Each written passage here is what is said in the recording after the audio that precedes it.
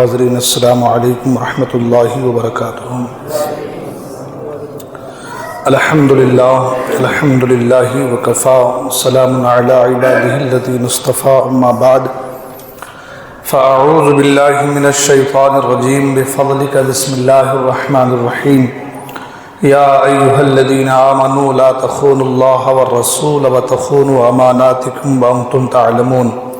صدق اللہ العظیم وصدق رسولہ النبی الکریم۔ درود پاک پڑھیں اللہم صلی علی سیدنا مولانا محمد معدن الجود والکرم وآلہ وبارک وسلم صلو علیہ صلاۃ وسلام علیہ یا رسول اللہ صلی اللہ تعالی علیہ وسلم۔ ایک کلام جو کہ حجت الاسلام علامہ حامد رضا خان علی رحمہ کا لکھا ہوا ہے، اسے کچھ اشعار پیش کر رہا ہوں، سماعت فرما لیں۔ محمد مصطفیٰ نور خدا نام خدا تم ہو، محمد مصطفیٰ نور خدا نام خدا تم ہو، شہ خیر الورا شان خدا صلی علی تم ہو، شہ خیر الورا شان خدا صلی علی تم ہو، شکیب دل قرار جا محمد مصطفیٰ تم ہو، شکیب دل قرار جا محمد مصطفیٰ تم ہو، طبیب درد دل تم ہو، طبیب درد دل تم ہو، میرے دل کی دوا تم ہو، طبیب درد دل تم ہو، میرے دل کی دوا تم ہو، اور غریبوں درد مردوں کی دوا تم ہو، دعا تم ہو، غریبوں درد مردوں کی دوا تم ہو، دعا تم ہو، فقیروں بے نواؤں کی صدا تم ہو، ندا تم ہو، فقیروں بے نواؤں کی صدا تم ہو، ندا تم ہو، حبیب کبریا تم ہو، امام الانبیاء تم ہو، حبیب کبریا تم ہو، امام الانبیاء تم ہو، محمد مصطفیٰ تم ہو، محمد مجتبیٰ تم ہو، محمد مصطفیٰ تم ہو، محمد مجتبیٰ تم ہو، اور غریبوں کی مدد بے بس کا بس روحی فدا تم ہو، غریبوں کی مدد بے بس کا بس روحی فدا تم ہو، سہارا بے سہاروں کا سہارا بے سہاروں کا ہمارا آسرا تم ہو اور میں صدقے انبیاء کے یوں تو محبوب ہے لیکن میں صدقے انبیاء کے یوں تو سب محبوب ہے لیکن جو سب پیاروں سے پیارا ہے وہ محبوب خدا تم ہو جو سب پیاروں سے پیارا ہے وہ محبوب خدا تم ہو وہ لاسانی ہو تم آقا نہیں سادی کوئی جس کا وہ لاسانی ہو تم آقا نہیں ثانی کوئی جس کا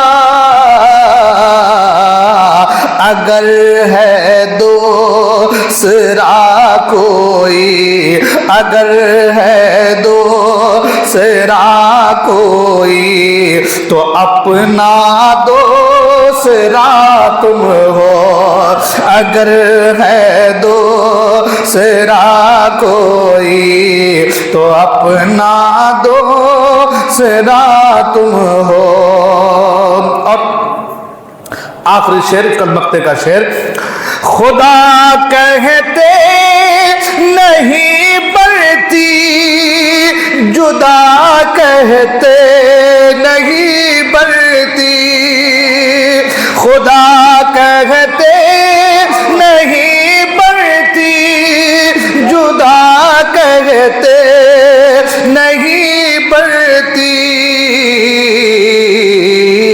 خدا پر اس کو چھوڑا ہے خدا پر اس کو چھوڑا ہے وہی جانے کہ کیا تم ہو خدا پر اس کو چھوڑا ہے وہی جانے کہ کیا تم ہو اور انا من حامد و حامد رضا منی کے جلووں سے انا من حامد و حامد رضا منی کے جلووں سے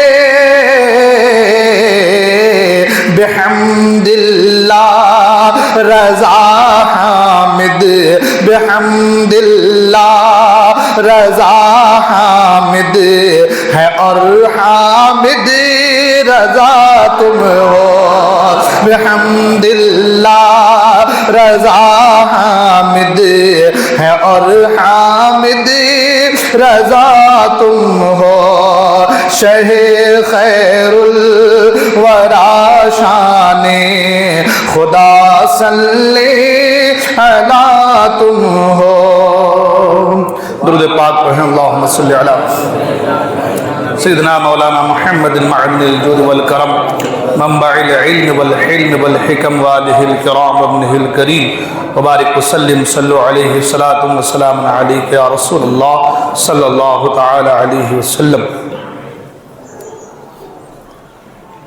حضرات محترم قرآن مجید کے جس آئے مبارکہ کو میں نے سرمایہ سخن بنایا ہے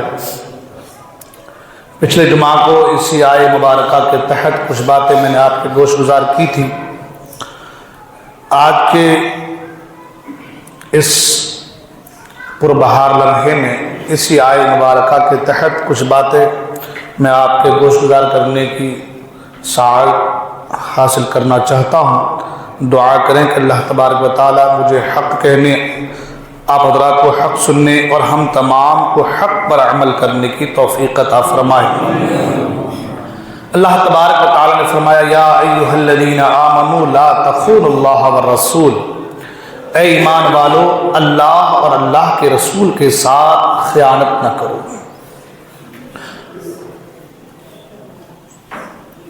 اللہ اور اللہ کے رسول کے ساتھ خیانت یعنی احکام خدا اور احکام مصطفیٰ سے روگردانی، اللہ اور اللہ کے رسول کے فرمان سے روگردانی، اللہ اور اللہ کے رسول نے جن چیزوں سے منع فرمایا ہے ان چیزوں کی طرف قدم بڑھانا، جن چیزوں کو کرنے کا حکم دیا ہے انہیں نہ کرنا، یہ امانت میں خیانت ہے۔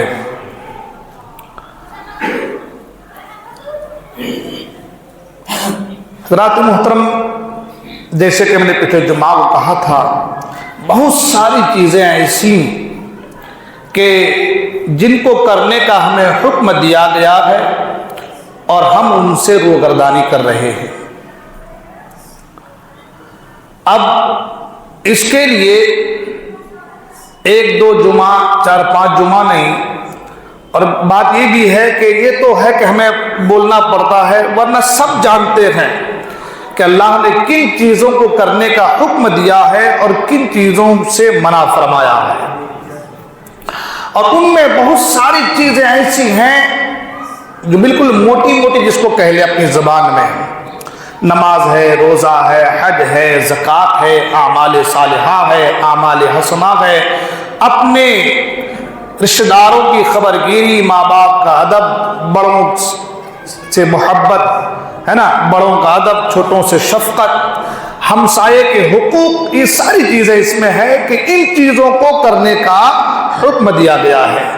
جھوٹ سے بچنا ہے، غیبت سے بچنا ہے، چغل خوری سے بچنا ہے، دوسرے کو تکلیف دینے سے بچنا ہے، کسی کی ٹوخ میں لگ کے نہ رہنا ہے۔ قرآن میں ان کے تعلق سے بالکل مفصل بیان ہے۔ یا ایھا الذین آمنوا اجتنبوا کثیرا من الظن ان بعد الظن اسم ولا تجسسوا ولا یغتب بعضکم بعضا ایحب احدکم ان یأکل لحم اخیہ میتا فکرہتموہ، ہے نا، غیبت کا ذکر اس میں ہے، کسی کے ٹوہ میں رہنے کا ذکر اس میں ہے نا، اس ساری چیزوں کا، بدگمانی کا ذکر اس آیت مبارکہ میں ہے۔ تو القصہ مختصر یہ کہ بہت ساری چیزیں جن کو ہم جانتے ہیں، جو ہمارے روز مرہ کے مسائل میں سے ہیں، جن کو ہم روز، جن کے ساتھ ہمارا سابقہ ہوتا ہے، مگر اس کے باوجود ہم اور آپ روگردانی کرتے نظر آ رہے ہیں۔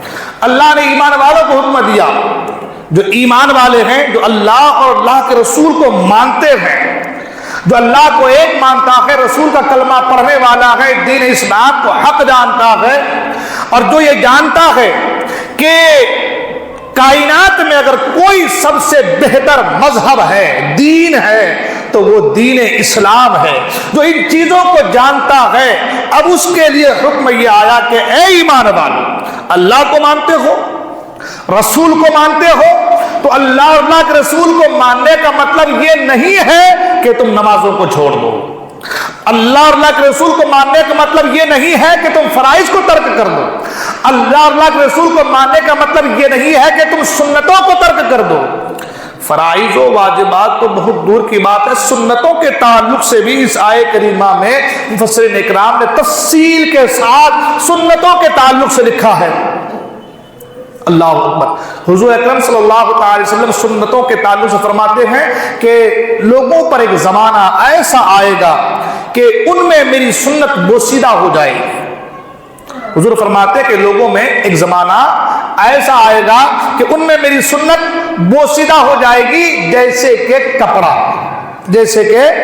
کپڑا جسموں پر بوسیدہ ہو جاتا ہے۔ حضور نے فرمایا کہ میری سنت بوسیدہ ہو جائے گی، لوگوں پر ایک زمانہ ایسا، اور یہ آج کی بات نہیں ہے، آج سے 1500 سال پہلے، 1450-1500 سال پہلے جو کہا گیا ہے، آج وہ چیزیں ہمارے نگاہوں کے سامنے ہیں۔ آج وہ چیزیں، اعلیٰ سرکار نے یوں ہی نہیں فرمایا اور کوئی غیب کیا تم سے نہا ہو بھلا، جب نہ خدا ہی چھپا تم پہ کروڑوں درود.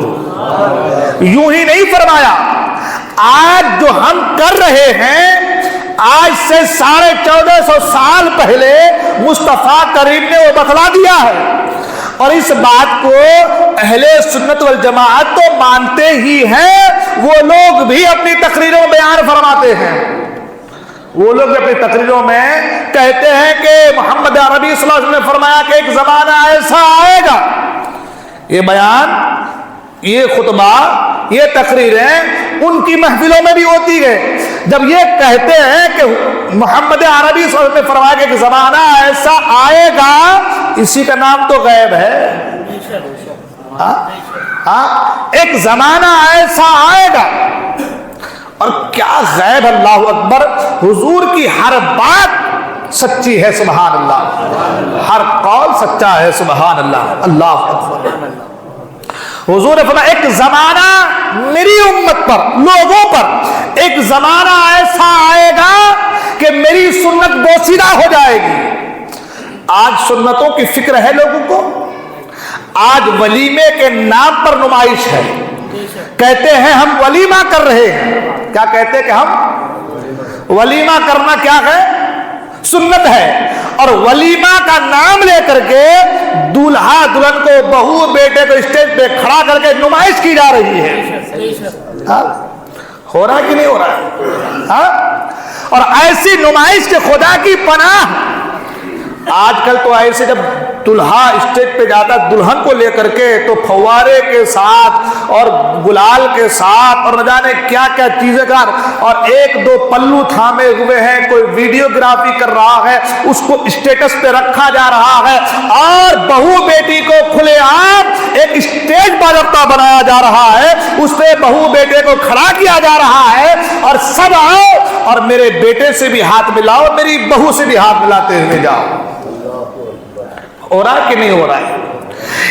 سنتوں کا نام لے کر کے میرے حضور نے فرمایا کہ میری سنت، ایک زمانہ ایسا آئے گا کہ میری سنت بوسیدہ ہو جائے گی. کپڑے جیسے جسم پر بوسیدہ ہو جاتے، کپڑے تو ہیں مگر کپڑا برائے نام کپڑا ہے. سنتوں کا نام تو لے رہے ہیں لیکن یہ سنت برائے نام سنت ہے. سنت کا نام لے کر کے فواحشات کے دروازے کو کھولنا ہے. نام سنت کا ہے مگر کام. حضور نے فرمایا ایک زمانہ میری امت پر ایسا آئے گا کہ میری سنت بوسیدہ ہو جائے گی جیسے کپڑے جسم پر بوسیدہ ہو جاتے ہیں، اور بدعت کا دور دورہ ہوگا. حضور نے کیا فرمایا؟ بدعت کا دور، آج خرافات کا دور دورہ ہے. خرافات آپ منع کرنے جائیں، آپ نے منع کرے تو کہتے ہیں حضرت چلتا ہے سب. یہ ساری چیزیں زمانے کے حساب چلتی ہے، ساری چلتا ہے، سارا کام، سارے معاملات چلتے ہیں، یہ چیزیں چلتی ہیں زمانے کے حساب سے. میں نے کہا اچھا زمانے کے حساب سے اگر چیزیں ہیں تو مجھے ایک بات بتاؤ.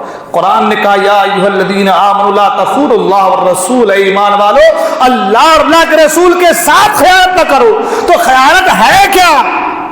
اللہ اور اللہ کے رسول کے حکم پر عمل نہ کرنا یہ خیانت ہے. اللہ اور اللہ کے رسول کہے پر عمل نہ کرنا یہ خیانت ہے. سنتوں کو بالائے طاق رکھ دینا یہ خیانت ہے. یہ اللہ اللہ کے رسول. دنیا والوں کے ساتھ خیانت تو یہ ہے کہ آپ کو کوئی آدمی کوئی مال دے، آپ اس کو بیچ دے، ختم کر دے، اسے کھا جائے، یہ خیانت ہے. اللہ اور اللہ کے رسول کے ساتھ خیانت کا معنی ہوگا کیا؟ اللہ اور اللہ کے رسول کے ساتھ خیانت کا کیا معنی ہوگا؟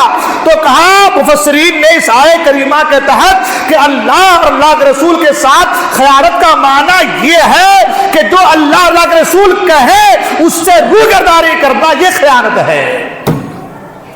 تو اللہ اور اللہ کے رسول نے فواحشات سے منع کیا ہے، آپ کر رہے ہیں. بے پردگی سے منع کیا، بے پردہ ہو رہے ہیں، اپنی بہن بیٹیوں کو بے پردہ کر رہے ہیں، اپنے بہو کو بیٹیوں کو سرے بازار اسٹیج پہ لا کے کھڑا کر رہے ہیں. یہ بے پردگی ہے اور یہی خیانت ہے.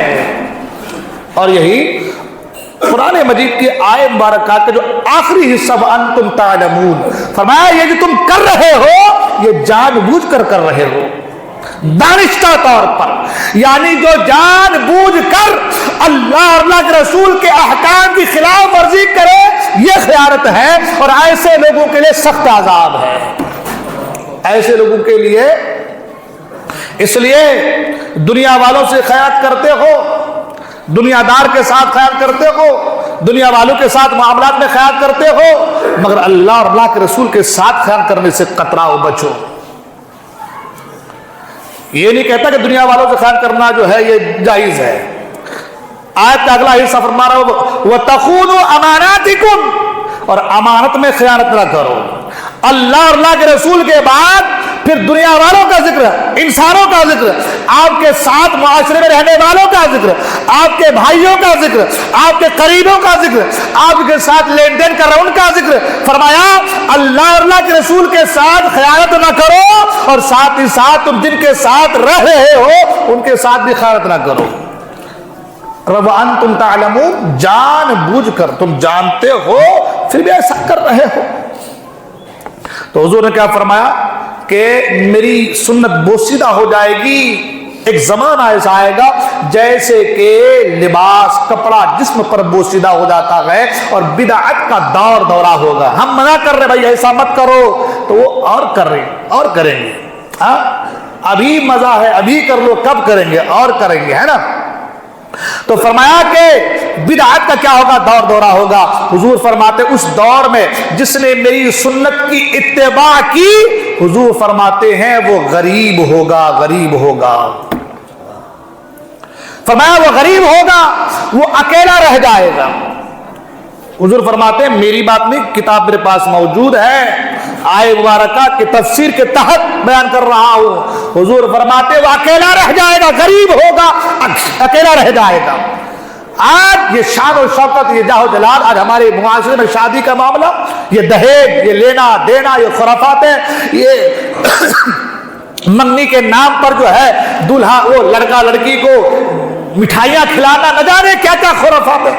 ابھی تو حال یہ ہو گیا منگنی ہوتی نہیں ہے، اس سے پہلے بندے کا اسٹیٹس رہتا ہے شی از مائی وائف، اور ایک فوٹو کے اوپر چھوٹا سا دل کا سمبل لگا کر کے بس یہ منہ کی ٹکلی نہیں دکھتی، باقی فوٹو ساتھ میں رکھے گا شی از مائی وائف۔ ہاں ارے نادان، نکاح کرنے کے بعد تیری بیوی ہے وہ، نکاح سے پہلے تیرا ان کا دیکھنا بھی حرام ہے۔ وہ جو ایک جھلک کا حکم ہے کہ جب لڑکی دیکھنے جائے تو دیکھ لے، وہ الگ بات ہے، لیکن یہ کیا معاملہ کہ ابھی تیرا نکاح ہوا نہیں، اسے اسٹیٹس پہ رکھ دیا، فیس بک میں، ٹویٹر میں، اور نہ جانے کن کن خرافاتوں میں ان کو سجا کر کے یہ میری بیوی ہے، اسے بیوی کہنا حرام ہے، حرام ہے۔ ابھی تمہاری شادی نکاح جب تک نکاح نہ ہو وہ تیرے لیے اجنبیہ ہے۔ اور یہ کون لوگ کرتے ہیں؟ پڑھے لکھے لوگ، اپنے جو ایجوکیٹڈ لوگ، ہاں I am the educated personality, ہاں میں پڑھا لکھا آدمی ہوں، اس دور کا تہذیب شدہ آدمی ہوں، ثقافت و تہذیب تمدن کا مادہ میرے اندر موجود ہے، ایسے لوگ کرتے ہیں۔ ہاں یہ حال ہے ہماری قوم کا۔ ابھی نکاح منگنی ہوئی ہے، بھی خالی نکاح ہوا نہیں ہے، مگر یہ ساری خرافاتیں چل رہی ہے، یہ سب حرام ہے۔ یہ کیا ہے؟ یہ حضور کی سنت کو بالائے طاق رکھنا ہے۔ حضور نے فرمایا وہ جو بولے گا، وہ جو بتائے گا کہ یہ چیزیں نہ کرو، وہ غریب ہوگا، وہ اکیلا رہ جائے گا، اکیلا رہ جائے گا۔ آپ دیکھیں، آپ اگر یہ چیزیں نہ کریں تو کہتے ہیں یہ آدمی کنجوس ہے، بخیل ہے، مکھی چوز ہے۔ ارے بہت شریعت کا جانکار آدمی ہے، بہت زیادہ بولتا آدمی ہو، ایسے لوگوں کو پیچھے کر کے ہم کو زمانے کے ساتھ چلنا ہے۔ یہ ہماری بات نہیں، حضور نے فرما دیا جو میری سنتوں پر عمل کرے گا، کیا فرمایا کہ جو میری سنتوں کی اتباع کرے گا وہ غریب ہوگا اور اکیلا رہ جائے گا، اور جو لوگوں کی بدعت کی پیروی کرے گا وہ اپنے پاس 50 ساتھی یا اس سے زیادہ ساتھی پائے گا۔ جو لوگ ڈانس کرنے والے لوگ ان کے پیچھے لوگ بڑے رہیں گے، جو حرام کے پیسے لٹانے والے لوگ ہیں ان کے پیچھے سبھی رہیں گے، جو حرام کھانے والے لوگ ہیں ان کے پیچھے سبھی لوگ رہیں گے، لیکن جو رزق حلال تلاش کرے گا، جو رزق حلال کی کوشش کرے گا اس سے پیچھے دھکیل دیا جائے گا، بیکورڈ میں لا کے اسے پھینک دیا جائے گا۔ ہوگا، ہو رہا ہے کہ نہیں ہو رہا ہے؟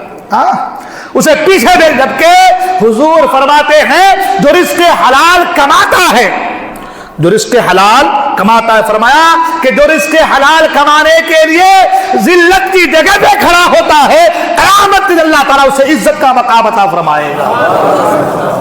اور ایک حدیث پاک، اللہ اکبر، صحابہ آ رہے حضور سے ملنے کے لیے، مصافحہ کر رہے ہیں، ایک نوجوان صحابی آئے حضور سے ملنے کے لیے، ہاتھ کھردرا تھا، کام کرتے کرتے کرتے کرتے ہاتھ میں پھوڑے پھنسی آ گئی تھی، کھردراپن ہو گیا تھا۔ حضور نے اس کا ہاتھ پکڑا اور چوم لیا۔ حضور نے ان کا ہاتھ، اس صحابی کا ہاتھ حضور نے چوم لیا۔ صحابہ کہتے یا رسول اللہ آپ ان کا ہاتھ چوم رہے ہیں؟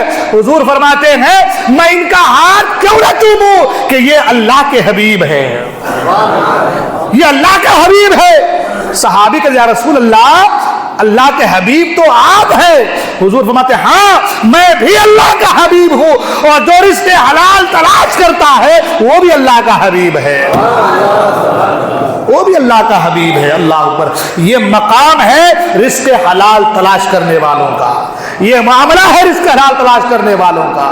لیکن آج ہو رہا یہ کہ حرام کی طرف جو لے کر کے جائے ان کے پیچھے 25-50 لونڈے لگے رہیں گے، لیکن جو رزق حلال کی طرف بلائے گا، جو نیکی کی طرف بلائے گا، وہ تنے تنہا اکیلا رہ جائے گا۔ لوگ کہیں گے یہ بہت زیادہ بولنے والا آدمی ہے، لوگ کہیں گے یہ بہت زیادہ ٹوکنے والا آدمی ہے، لوگ کہیں گے ان کی باتوں پہ دھیان دینے کی ضرورت نہیں ہے، ہم کو حالات کے ساتھ چلنا ہے۔ وہ بیچارہ تنہا رہ جائے گا، مگر حضور فرماتے ہیں وہی میری سنتوں کا عامل ہوگا،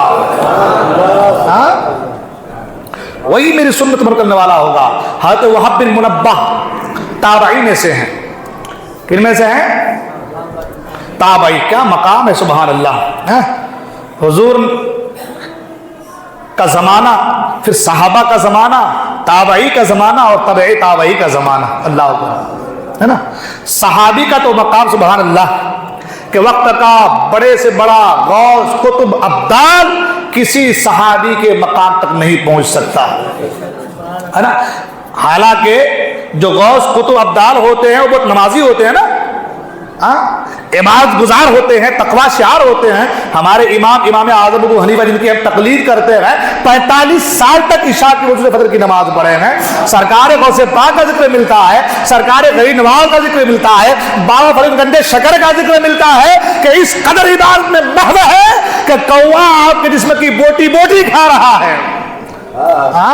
تو کہتے ہیں کوے کہ میری آنکھوں کو چھوڑ کے میرے جسم کے ہر حصے سے گوشت کھا، کیونکہ یہ جو آنکھیں ہیں یہ میرے محبوب کی دیدار کے لیے ہے۔ یہ بڑے بڑے وقت کے تاجدار گزرے ہیں، مگر اس کے باوجود کوئی ولی، کوئی غوث، کوئی قطب کسی صحابی کے مقام کو نہیں پا سکتا۔ اور صحابی بھی کہے سبحان اللہ، ایک وقت کی نماز نہیں پڑھی، ایک دن کا روزہ نہیں رکھا، لیکن مقام اتنا بلند و بالا ہو گیا کہ وقت کا غوث بھی ان کے مقام تک نہیں پہنچ سکتا۔ جنگ ہو رہی ہے، کوئی آدمی آیا یا رسول اللہ جنگ کرنے سے آپ کی طرف سے لڑنے کا فائدہ کیا ہوگا؟ حضور نے فرمایا جنت ملے گی۔ کلمہ پڑھا دیے، کلمہ پڑھا، کھجور منہ میں ہے، گئے لڑتے لڑتے شہید ہو گئے۔ ابھی کلمہ پڑھا، ایک وقت کی نماز نہیں، ایک دن کا روزہ نہیں، کوئی عمل حسنہ نہیں، کوئی عمل صالح نہیں، لیکن مقام اتنا بلند کہ وقت کا غوث بھی اس صحابی کے مقام تک نہیں پہنچ سکتا۔ اور صحابی کیا کہتے کسے ہیں؟ آئے ہے سبحان، جو ایمان کی حالت میں حضور کے جمال جہاں آرا کا دیدار کرے۔ اور اس میں دیکھنا شرط میں سے نہیں ہے، صحبت پانا شرط ہے۔ اس لیے کہ کئی صحابی ایسے بھی جو نابینا تھے، حضور کو دیکھ نہیں سکتے تھے، لیکن حضور کی صحبت پائی ہے ایمان کی حالت میں، تو وہ صحابی ہو گئے سبحان اللہ۔ وہ صرف صحبت کا یہ مقام ہے کہ وہ وقت کا غوث مقام کو نہیں پا سکتا، ہے نا۔ جو قرون ثلاثہ ہے، 3 قرن. حضور نے فرمایا خیر القرون قرنی، سب سے بہتر زمانہ میرا زمانہ ہے نا. تو ایک صحابہ کا زمانہ، پھر تابعی کا زمانہ، اور پھر تبعی تابعی کا زمانہ. سبحان اللہ، یہ 3 زمانے ایسے ہیں کہ کیا کہنے. سبحان اللہ، یہ 3 ادوار ایسے ہیں جن کا ذکر کتابوں میں ہے. سبحان اللہ، ہے نا. تو تابعی ہیں حضرت وہب بن منبہ. ایک بات اور یاد آ گئی یہاں پر، سن لیں پھر گفتگو آگے. وہ یہ کہ تابعی جو ہے نا، ہمارے 4 امام ہیں جن کو ہم مانتے ہیں. حضرت امام اعظم ابو حنیفہ، امام ادریس بن شافعی رحمۃ اللہ تعالی علیہ، حضرت امام احمد بن حنبل اور امام مالک. 4 ہیں، چاروں ہمارے سر کے تاج ہیں. لیکن چاروں میں جو سب سے اونچا مقام ہے وہ کن کا ہے؟ امام اعظم ابو حنیفہ، جن کی ہم تقریر. کیوں؟ اس لیے کہ وہ تابعی میں سے ہیں. سبحان اللہ، وہ تابعی میں سے، انہوں نے کئی صحابہ سے ملاقات کیا ہے. سبحان اللہ. تو اب تابعی کا مقام بلند و بالا. جو حضور سے مل جائے صحابی، ان کا مقام بلند و بالا. جو صحابی سے مل جائے تابعی، ان کا مقام بلند و بالا. اور جو تابعی سے مل جائے تبع تابعی، ان کا مقام بلند و بالا. سبحان اللہ. تو حضرت وہب بن منبہ تابعی ہیں. وہ فرماتے ہیں کہ حضرت ابراہیم علیہ السلام، نوجوان سے کہوں گا نوجوانوں، ابراہیم علیہ السلام کو پڑھیے. ابراہیم علیہ السلام کی زندگی کو پڑھیے ابراہیم علیہ السلام کی زندگی کو، ایمان تازہ ہو جائے گا. سبحان اللہ. ابراہیم علیہ السلام کو ابو الانبیاء کہتے ہیں، انبیاء کے باپ کہتے ہیں، کہ آپ کے بعد جتنے نبی آئے وہ آپ کی اولاد میں سے ہے. سبحان اللہ. ابو الانبیاء کہا گیا ہے. اور تمام انبیاء و رسول میں اللہ کے رسول صلی اللہ علیہ وسلم کے بعد اگر کسی کا مقام ہے تو وہ حضرت ابراہیم علیہ السلام کا مرتبہ ہے. سبحان اللہ. ابراہیم علیہ السلام ایک بار گزر رہے ہیں، روایت حضرت وہب بن منبہ تابعی کر رہے ہیں، ایک بار سفر کر رہے ہیں، چلتے چلتے ایک سمندر کے کنارے پہنچے، دیکھا کہ ایک چرواہا بکریاں چرا رہا ہے. قریب پہنچے اور کہا کہ کچھ پینے کو مل سکتا ہے. تو کہا کیا پیئیں گے؟ کہا دودھ ہو یا پانی ہو. تو کہا دودھ پیئیں گے یا پانی پیئیں گے؟ تو کہا کہ پانی پلا دو. کہا ٹھیک ہے. سمندر کے کنارے ہے لیکن سمندر تک نہیں گیا، بس وہیں سے اپنی لکڑی کو ایک پتھر پر مارا اور پانی کے ذمہ داری ہو گئے. پانی لیا، حضرت ابراہیم علیہ السلام کی بارگاہ میں پیش فرما دیا. سبحان اللہ. ابراہیم علیہ السلام کی بارگاہ میں پیش فرما دیا. ابراہیم علیہ السلام نے ان سے کہا نہیں کہ میں کون ہوں، پانی پیش فرما دیا. آپ کو تعجب ہوا. پانی پینے کے بعد آپ نے اس سے کہا کہ تمہیں یہ مقام کیسے ملا؟ بڑی حیرت کی بات ہے. تو کہا آپ اس میں حیرت کرتے ہیں؟ کہاں یہ حیرت کی بات ہے کہ تم لکڑی مارو اور پتھر سے پانی نکل جائے، اس میں حیرت نہیں تو کیا؟ یہ تو حیرت کی بات ہے. تو کہا حضور بات یہ ہے اس میں میرا کچھ کمال نہیں ہے. تو کہا کمال کن کا ہے؟ تو کہا کمال یہ ہے ایک نبی ہے جن کا نام حضرت ابراہیم ہے، جو اللہ کے خلیل ہے. جب بھی مجھے کسی چیز کی حاجت ہوتی ہے ان کے نام کا وسیلہ پیش کر دیتا ہوں اور جو مانگتا ہوں اللہ عطا فرما دیتا ہے. ابھی جو یہ پتھر سے پانی نکلا ہے میں نے اسی خلیل کا وسیلہ اللہ کی بارگاہ میں پیش کیا ہے اور اللہ نے ان کے وسیلے سے پتھر سے پانی کی چشمہ جاری فرما دیا. حضرت ابراہیم علیہ السلام. بات بڑی لمبی ہے، وقت ہو چلا ہے، انشاءاللہ اس کو میں آگے بیان کرنے کی کوشش کروں گا کیونکہ یہ جو چیز ہے یہ شب برات سے ریلیٹڈ ہے. کس سے ریلیٹڈ ہے؟ شب برات سے ریلیٹڈ ہے. تو انشاءاللہ وقت ہو چلا ہے، میں انشاءاللہ اگلے جمعہ کو اس کے تعلق آگے بڑھاؤں گا بات کو. تو عرض کر رہا شب برات جب ریلیٹڈ ہے، 2 باتیں شب برات کے تعلق سن لیجئے. آدمی چل رہا ہے، پھر رہا ہے، گھوم رہا ہے، شادی بیاہ کے چکر میں ہے. آدمی بنگلے پہ بنگلہ، کار پہ کار، پراپرٹی پہ پراپرٹی کر رہا ہے اور حضرت غوث پاک غنیت الطالبین فرماتے ہیں اس کے نام کا کفن مارکیٹ میں آ چکا ہے، بازار میں آ چکا ہے. آدمی کہہ رہا ہے اس سال میرے بچے کی شادی ہوگی مگر اس کا نام مردوں کی فہرست میں آ چکا ہے. اللہ اکبر. یہ رات کیسی رات ہے؟ قرآن کہتا ہے فیہا یفرق کل امر حکیم، کہ بانٹ دیا جاتا ہے اس رات ہر حکمت والا کام. ہر حکمت والا کام اس رات بانٹ جاتا ہے. ان کے سپرد جن کے جو کام ہے وہ سپرد کر دیا جاتا ہے. ایک لمبی فہرست مرنے والوں کی ملک الموت کو دی جاتی ہے. یہ ان کے نام ہے. کہا یہ تو گھوم رہے ہیں بازار میں، یہ تو شادی بیاہ کے چکر میں ہے، یہ تو گھر بنانے پہ تلے ہوئے ہیں. کہا کوئی بات نہیں، نام آ گیا ہے، فلاں تاریخ ہے، فلاں دن ہے، فلاں لمحہ ہے، اس کی روح قبض کرنی ہے. اس کی روح قبض سے ان سے پرواز کر جائے گی. پتہ یہ چلا ہم چل رہے ہیں، پھر رہے ہیں، کھا رہے ہیں، گھوم رہے ہیں، ہم نہ جانے کن کن خرافاتوں میں مبتلا ہے. اپنے آپ پر غور کیجئے کہ ہم اور آپ کہتے ہیں ابھی تو زندگی کے لمحات باقی ہے مگر ہمارا نام ملک الموت کی فہرست میں آ چکا ہوگا. اس لیے خوف خدا سے اپنے سینے کو سجائیے, خوف خدا اپنے سینے میں بسائیے, عشق مصطفیٰ سینے کو موجود کیجیے اور دل کھول کر اللہ کی بندگی کرنے کی کوشش کیجیے. قرآن نے کہا یا ایھا الذین آمنوا لا تخونوا اللہ والرسول, اے ایمان والو اللہ اور اللہ کے رسول کے ساتھ خیانت نہ کرو, یعنی فرائض کو نہ چھوڑو, واجبات کو نہ چھوڑو, سنتوں کو نہ چھوڑو, اللہ اور اللہ کے رسول کے احکام سے منہ نہ موڑو, جو اللہ اور اللہ کے رسول کا حکم ہے ان پر عمل کرنے کی کوشش کرو. انشاءاللہ یہاں سے گفتگو اگلے جمعہ کو انشاءاللہ شروع ہوگی. یہاں ٹھہر کر ایک دو بار اعلان بھی ہے اور آپ سبھی حضرات کے لیے خوشخبری بھی ہے. میں اسی اعلان کو خوشخبری کے طور پر آپ تک پہنچا دینا چاہتا ہوں. خوشخبری یہ ہے کہ الحمدللہ آپ کا محبوب ادارہ دارالعلوم مجدد اعظم اقصی نگر, جن کو آپ ہم سب جانتے ہیں, وہ محبوب ادارہ الحمدللہ اس سال اس ادارے سے 1 2 3 نہیں بلکہ 18 بچوں کی فراغت ہو رہی ہے. سبحان اللہ.